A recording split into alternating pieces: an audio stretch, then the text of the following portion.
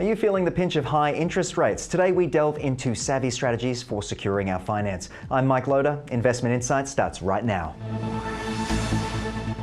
Hello and welcome back to Investment Insights, presented by The Investor's Way, where each episode we provide informative interviews about wealth creation alongside practical tips of how you can master your money. On today's program, we dissect how you can make your money work for you despite the uphill battle of soaring interest rates. Joining me as always is Andrew Woodward from The Investor's Way. It's wonderful to have you in the studio.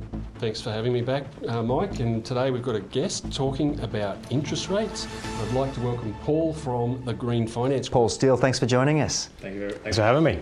Now, it's no secret everyone's feeling the pinch at the moment, but with interest rates having risen so rapidly over the past 18 months, what have you noticed in terms of people's ability to borrow and sort of stay afloat? Yeah, look, Mike, it's been interesting because firstly what we're finding is that Australians have been very resilient with regards to, historical default data is actually really strong. So we're actually doing quite well, which is part of the reason why they did keep increasing the rates, because things were looking pretty well. But look, the massive thing is that people's borrowing capacity has naturally taken a big dive, right? So people who had expectations of buying a property at a certain level now have to adjust their expectations or get more strategic about what they do next. So yeah, that's the biggest thing.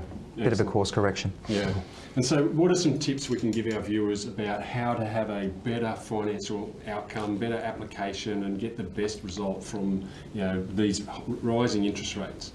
Yeah, well, look, the rising interest rates has really put a torchlight on the importance of your own financial wealth, and also, health, and how you manage your finance, and also who you engage to help you with your loan broking. I'm obviously biased being a mortgage broker, and there's different requirements for a mortgage broker with regards to best interest duty versus a lender. But in saying that, you want to make sure you're going with someone who really knows what they're doing, they're experienced, and they're going to help you understand your situation and help you get to where you're going. But it all sort of falls back to that wealth management, spending less than you're earning, having good conduct, good credit conduct, less consumer debt. So things like buy now, pay later really affect your credit report more than people think in terms of the credit score.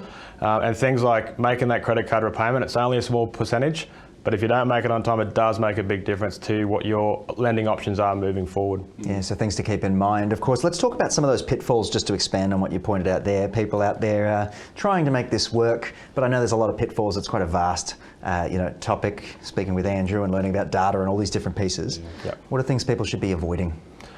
Well, look, how long have we got? Because there are lots of things that I see in terms of from that consumer debt, savings history, but also using incorrect entity structures for borrowing. That's another, because I have a lot of investors out, and having the sort of not the most optimal lending structures, whether it be a company or a trust or individual as trustee for a trust for their borrowing, and then finding that backs them into a corner. So again, it sort of falls back to that correct advice, with the right people who understand, like that's their lane that they're playing in. If it's an accountant, do they look after property investors, or are they a business accountant who's just doing it to help you out? Because there can be a big difference, right? So the biggest thing that I see is not getting the right people to help them out, and then it comes back to that savings conduct and the inquiries. So multiple inquiries, the types of inquiries you're making for finance. Look, it's really a good habit to get into of checking your credit report, because I have had people recently who just found out that someone had actually frauded them 6 months ago, and that facility has defaulted, and they had no idea. Because the first they heard about it was the debt collection saying, by the way, you need to start paying it. By then it's already defaulted and that debt's been sold off. So just being aware. I mean, Australians are pretty laid back when it comes to finance. As soon as you start talking finance, people's eyes glaze over. Usually Usually there's one party in the couple who want to know about it, and the other one who just tells you where to sign. So true. Yeah, so true. Yeah, you want to get someone who can explain it in terms you understand, and so simplify it, but still get you the best possible lending, because the difference to your wealth and overall, borrowing and opportunities is massive, depending on how you structure your lending and how your credit report is. Paul, can we get a quick comment on what you think 2024 is going to look at, just to finish for us? Yeah, look, interesting time. Interest rates have actually been plateaued the last couple of months, so everyone's getting excited about rate drops. I don't see rates dropping anytime soon.